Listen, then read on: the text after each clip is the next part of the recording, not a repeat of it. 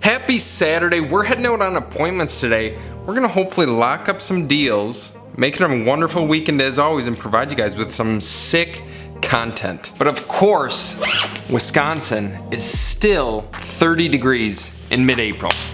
So, to reiterate my point from a previous video, Wisconsin weather is absolute garbage in the springtime, in the wintertime, and it's decent in the summer and fall. But other than that, it's kind of, I don't know why people live here. Daddy'll miss you. Oh. Where you going, Dad? Daddy has to go on an appointment to make us some money so you can get more of these. Ooh, it is chilly out here this morning.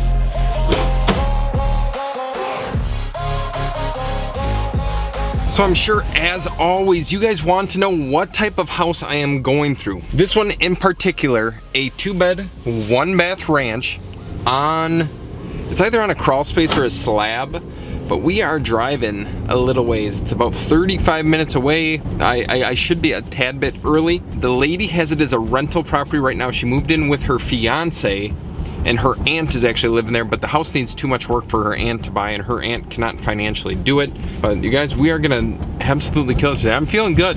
Did a Facebook Live at quarter after 7 this morning, and I'm just dropping value. So if you guys aren't friends with me on Facebook yet, friend request or follow me on Instagram, Carter Crowley _. So let's just check out this house. So right here, this is the property we went through. A small little ranch house, about 800 square feet that needed a little bit of TLC. That's the back of the house. Obviously a nice little yard. It had a 1-car detached garage, so nothing crazy there. But the bathroom, as you can see, has been tiled. It's been updated. So we really wouldn't need to touch it. Change the flooring, probably a new window, nothing major there. That's one of the bedrooms. It's a 2-bedroom place like I had mentioned. Kitchen's decent, probably paint, flooring, countertops, appliances, what have you. And then that is finishing off with the laundry room. So what did you guys think?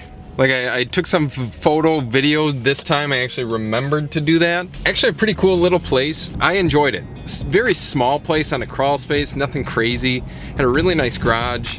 Overall, actually a nice layout. I think if we did a fairly reasonable cosmetic update to the place, it would sell extremely fast for a decent price, and then someone can obviously get into their first house. But overall, really pretty. I think we can hopefully make something happen on that if they find the price points agreeable, but we will see where things sit. Would love to know your guys' thoughts. Comment down below on how much do you think we offer those people. Oh, hey! Hey, Dad! Come on! So we are home.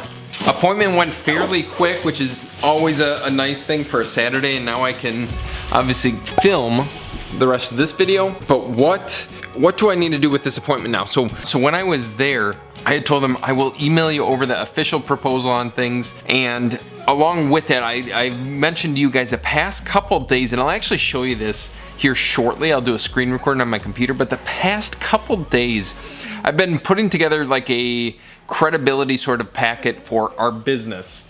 Milo, what are you're making noises. You wanna go outside?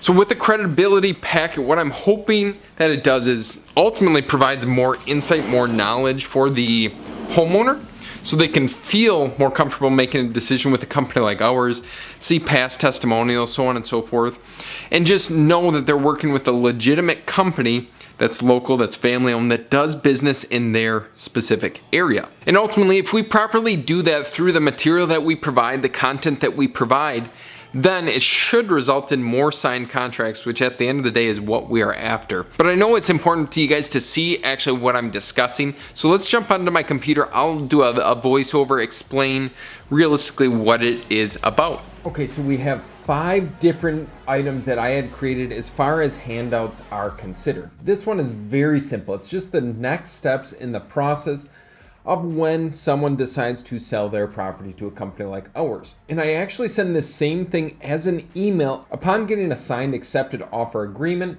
So it's very repetitive. However, it allows the owner to realize what the next steps actually look like in the process. The next handout we have is just our team. So obviously myself, my dad Brian, and then Joe, my brother-in-law. A little bit of blurbs of information on us, nothing crazy. I will also send that over to her. Then we have, let's move forward from agreement to closing. What actually happens? So sign the purchase agreement, send the information over to the title company, set up a closing date and time, schedule additional walkthroughs if needed, sign paperwork at the title company, collect the money, leave us a wonderful 5-star rating.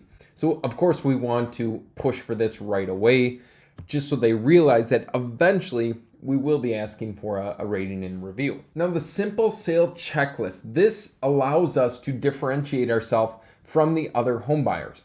It asks the prospective home buyer to see a proof of funds, a non-refundable earnest money deposit, no inspection periods or contingencies, purchase agreement is not assignable, review past customer testimonials, and are they Better Business Bureau accredited? And then lastly, past testimonials, just some past owners that we have worked with. I just put a page full of them because I don't want to overwhelm anyone too much. But that is the handouts that we are going to give them. So with those handouts, I'm going to probably mesh them all together so it's very easy to click on review. The proposal will be number 1, then the handouts will be after it, or I might rearrange it. So just so she has to go through the handouts first, the proposal might be at the very end. So it helps us build more rapport with the seller and she can trust us, because professional house buyers or we buy houses companies or whatever it is, cash home buyers aren't as common. You just want to provide as much insight as you possibly can so they can feel like they're working with a legitimate company. Proposal was sent out, so we'll follow up with her in the next few days. I know she was saying that she works this afternoon. She works, or tomorrow is obviously Easter, so I hope you guys have a wonderful Easter if you celebrate. Other than that, we don't really have a whole lot going on the rest of the day. We are probably going to hang out with some friends. My wife, Katie, is at a bridal shower right now for one of her friends who's getting married here in the next couple months. But then we're gonna get together with everyone a little bit later. Maybe I'll do some video footage there, but who knows? We'll see if I remember. Say you were to sell the place.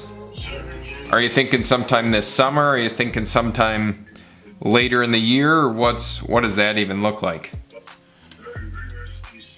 Well, I'm 94 years old. 94. And so I don't have much a guarantee that I'm going to be here, you know, a year from now, 2 days from now, 10 years from now. So I don't know. I haven't planned to sell.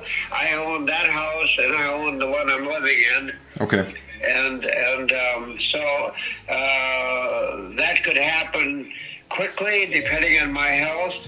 Okay.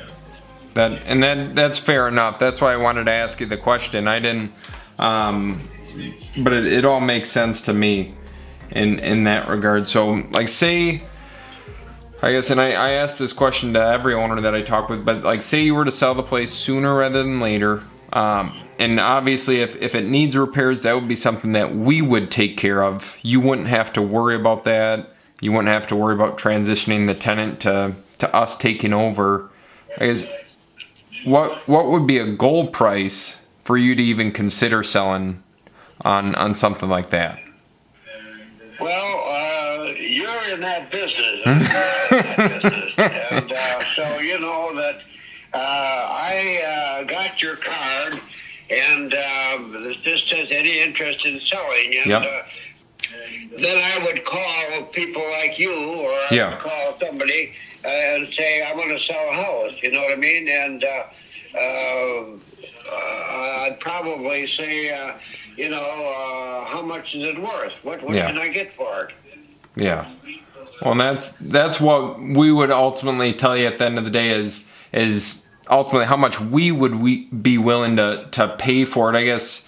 And I'm going to throw a ballpark number by it. Definitely do not hold me to this because I haven't set my eyes on it, but is even anything in that 60, 70, 80,000 range? Is that anything of consideration or no? No. So it sounds like you have a price in mind. Well, I'd like to get as much for it as I could.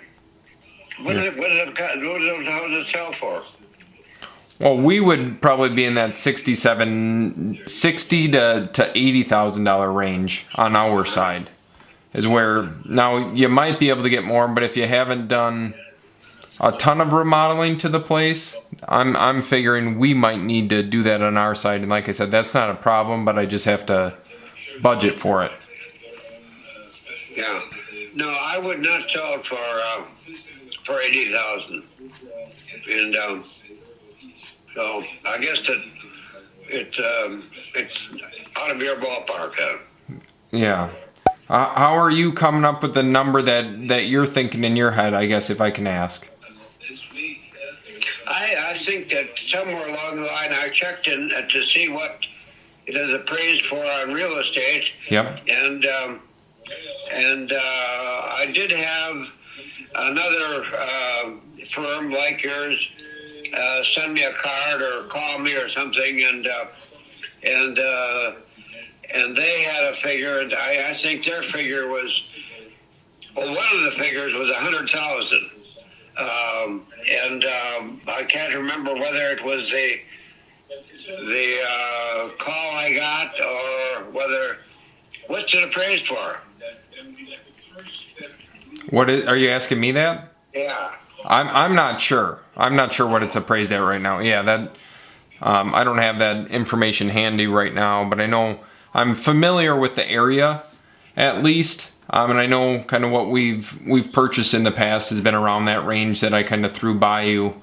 But it sounds like you have other interested parties that are willing to pay more from what you were just saying.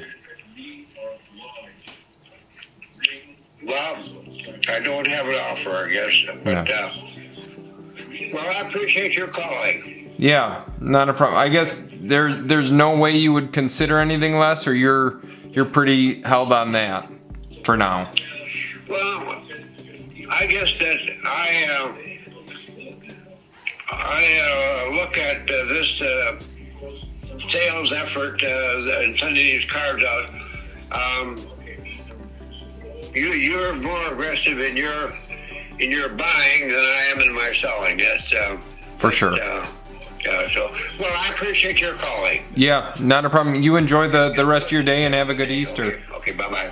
So I caught the ending part of that call. I wish I would have got the beginning part of it, but it was from a Deal Machine mailer that we had gotten. I should text Joe right now. So that one was in a specific part of Green Bay that I know for a fact is kind of run down. It's actually not even an area that we would have interest in buying in, but we still sent him the card. It is what it is. Maybe we would wholesale it if we got it, but I was fact checking him with, it sounds like you have another interested party that's offering more, and he did not. Like, he's 94 years old, as he had mentioned.